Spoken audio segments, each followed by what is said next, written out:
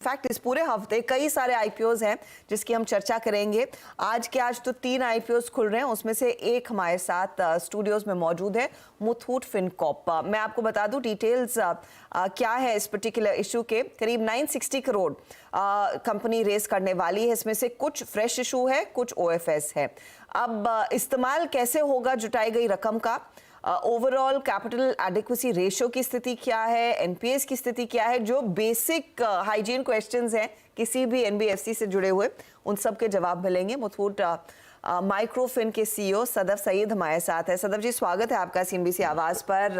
Congratulations on the issue.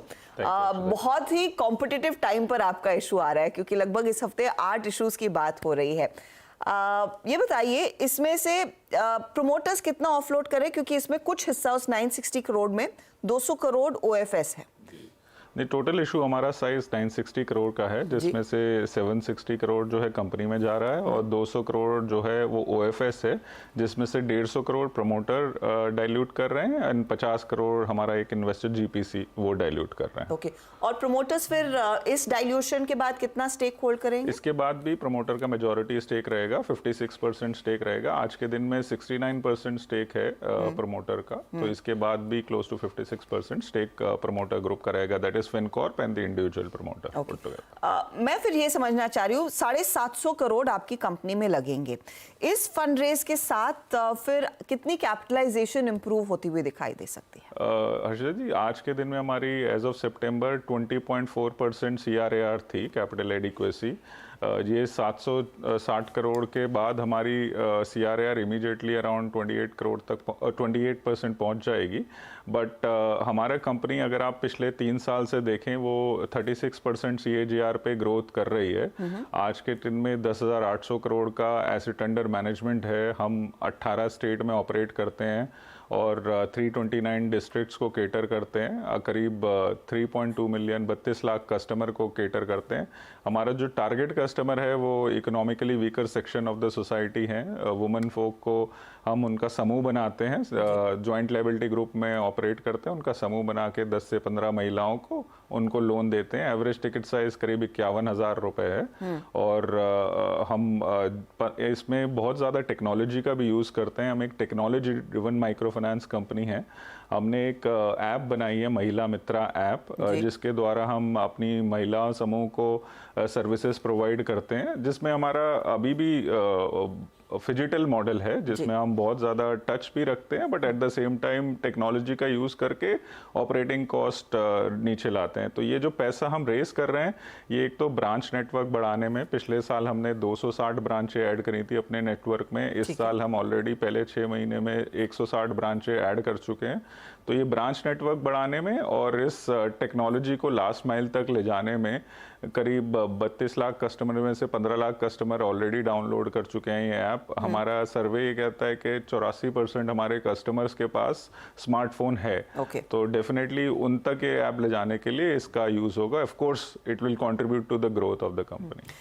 तो ये जो आपका टारगेट ऑडियंस है महिलाएं, और महिलाओं पर ज्यादा कंपनियों का फोकस होता है, क्योंकि वहां पर डिलिंक्वेंसीज कम होती है, ज्यादा समय पर पेमेंट देती हैं। ये बताइए, एवरेज आपकी लोन ग्रोथ फिर कैसी है, और यहाँ से आगे किस तरह की ट्रैजेक्टरी देखने को मिलेगी? क्या रन रेट हम एक्सपेक्ट करें? नहीं, हम पिछले 3 साल में 36% CAGR पे ग्रो कर रहे हैं। और इंडस्ट्री आप आज के दिन में देखें, माइक्रो फाइनेंस इंडस्ट्री 25 से 30% ग्रो कर रही है।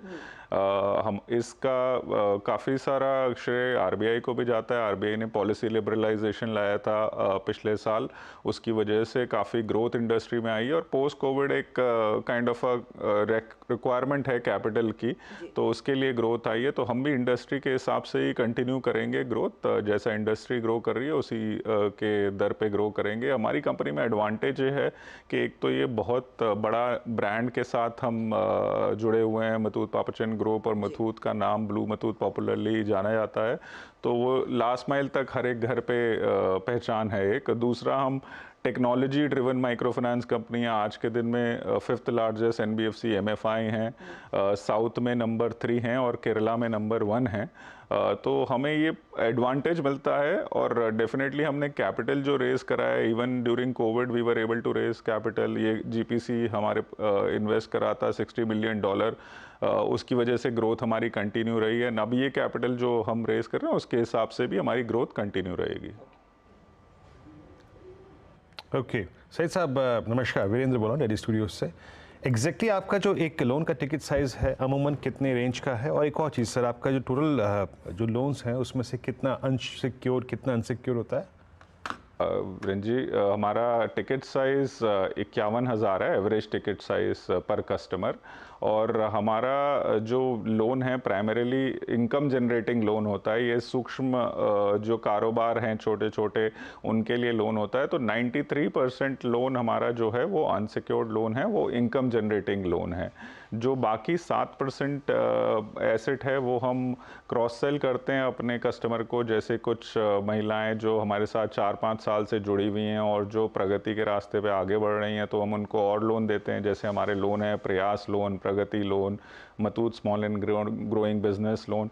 उसमें कुछ लोन गोल्ड कोलैटरल के साथ हैं, कुछ लोन हम जैसे सैनिटेशन के लिए देते हैं, उनके घर में सेवाएं प्रदान करने के, स्वच्छ काइंड टॉयलेट बनाने के लिए या पानी तक पहुंचाने के लिए, तो वो सब के लिए भी लोन प्रोवाइड करते हैं। तो वो क्वासी कोलैटरल है, बट लार्जली हमारा पोर्टफोलियो अनसिक्योर्ड पोर्टफोलियो है।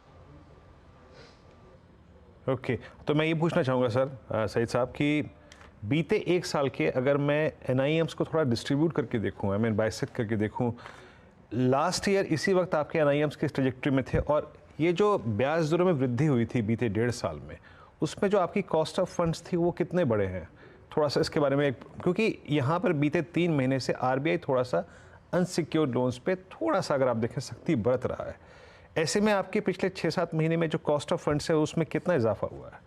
तो वीरेंद्र जी, अगर हम पहले तो निम्स की बात करें तो हमारे निम एक्सपैंड करे हैं। 12.39% हमारा नेट इंटरेस्ट मार्जिन है आज के दिन में।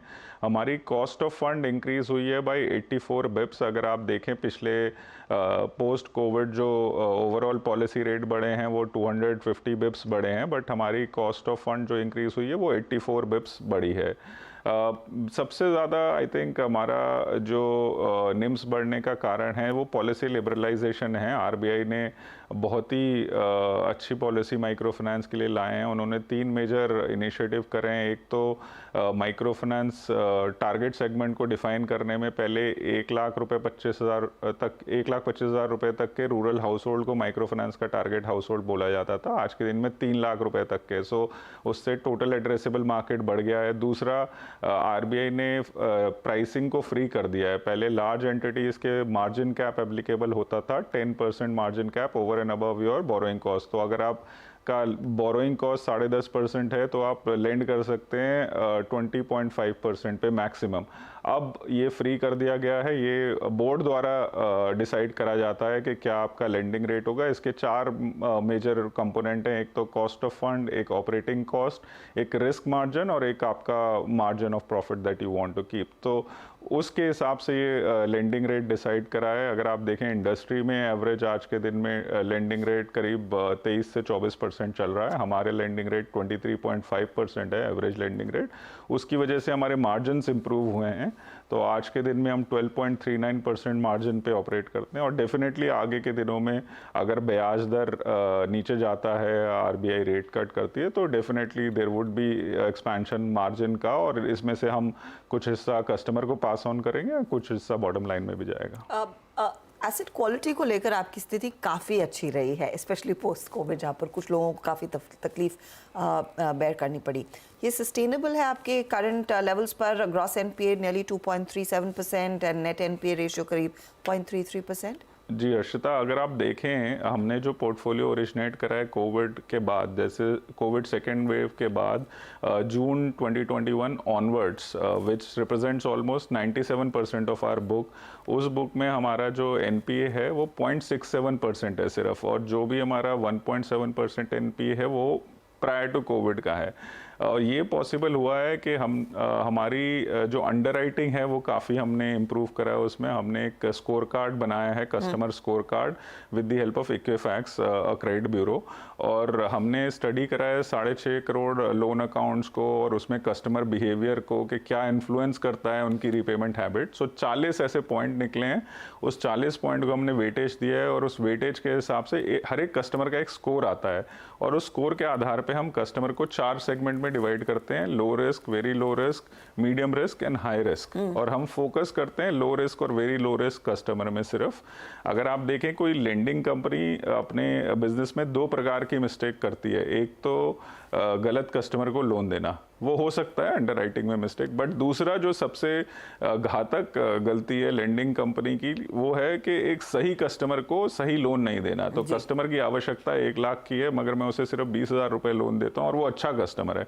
तो मैं 80,000 का बिजनेस मिस कर रहा हूँ। तो ये स्कोर कार्ड हमें वो मिस्टेक को अवॉइड करने से बचाता है। तो हम लो रिस्क और वेरी लो रिस्क कस्टमर में अपना वॉलेट शेयर बढ़ा रहे हैं, उसकी वजह से हमारी एसेट क्वालिटी बहुत अच्छी तरह इंप्रूव हुई है। मैं आपसे फाइनली पूछना चाहूंगी, आपने कहा नए ब्रांचेस खोलेंगे, 260 नए ब्रांचेस खोलने का प्लान है आपका या फिर टोटल काउंट 260 तक आएगा? 260 हमने पिछले साल में खोले थे, 160 इस साल खोल चुके हैं और हमारा ग्रोथ रेट ट्रेडिशनली 36% CAGR रहा है and with the industry growing we think we can. तो क्या नई ज्योग्राफीज में उतरेंगे या फिर साधन मार्केट जहां पर अच्छी पकड़ है उसी में आपका फोकस रहेगा नए ब्रांचेस खोलने का? हमारा 51% AUM है वो साउथ में है, जो कि केरला, तमिलनाडु एंड कर्नाटका में है। केरला में हम नंबर 1 है, जो हमारा करीब 18% AUM वहाँ पर है। हमारा 23% AUM है वो नॉर्थ से आता है और हमारा करीब 13% AUM ईस्ट से आता है, जो कि वेस्ट बंगाल, उड़ीसा, छत्तीसगढ़, झारखंड है। हम अभी नॉर्थ ईस्ट में नहीं हैं। और हमारा 12% आता है वेस्ट। हमारा नॉर्थ में ग्रोथ काफ़ी अच्छा है। हमारा फोकस कस्टमर एक्विजिशन में, हमारा ग्रोथ स्ट्रैटेजी है नए कस्टमर को एक्वायर करना और एग्जिस्टिंग कस्टमर में वॉलेट शेयर बढ़ाना। पिछले साल हमने 7.5 लाख नए कस्टमर एक्वायर करे थे, इस साल ऑलरेडी हम 4 लाख कस्टमर एक्वायर कर चुके हैं। तो हमारा ग्रोथ स्ट्रैटेजी वही रहेगा कि अपने एग्जिस्टिंग कस्टमर को रिटेन करें, उनमें वॉलेट शेयर बढ़ाएं और हमारे जो नए कस्टमर हैं, जो नई ब्रांचेस के द्वारा हम एक्वायर कर रहे हैं, उन पे ग्रोथ करते रहें। All the very best Sadaf ji. Of course listing के बाद आपसे दोबारा बातचीत होगी। तो मुथूट माइक्रोफिन, ये इशू आज खुल चुका है, डिटेल्स आपके सामने पेश होंगे एक बार फिर अगर आप इस इशू में पैसा लगाना चाहते हैं। चलिए इस मोड पर लेंगे हम एक छोटा सा ब्रेक, लेकिन ब्रेक के बाद म्यूचुअल फंड इंडस्ट्री अब मार्केट को कैसे अप्रोच कर रही है, खासतौर से ट्रस्ट म्यूचुअल फंड के chief investment officer Mihir Vora से होगी बातचीत ब्रेक के बाद।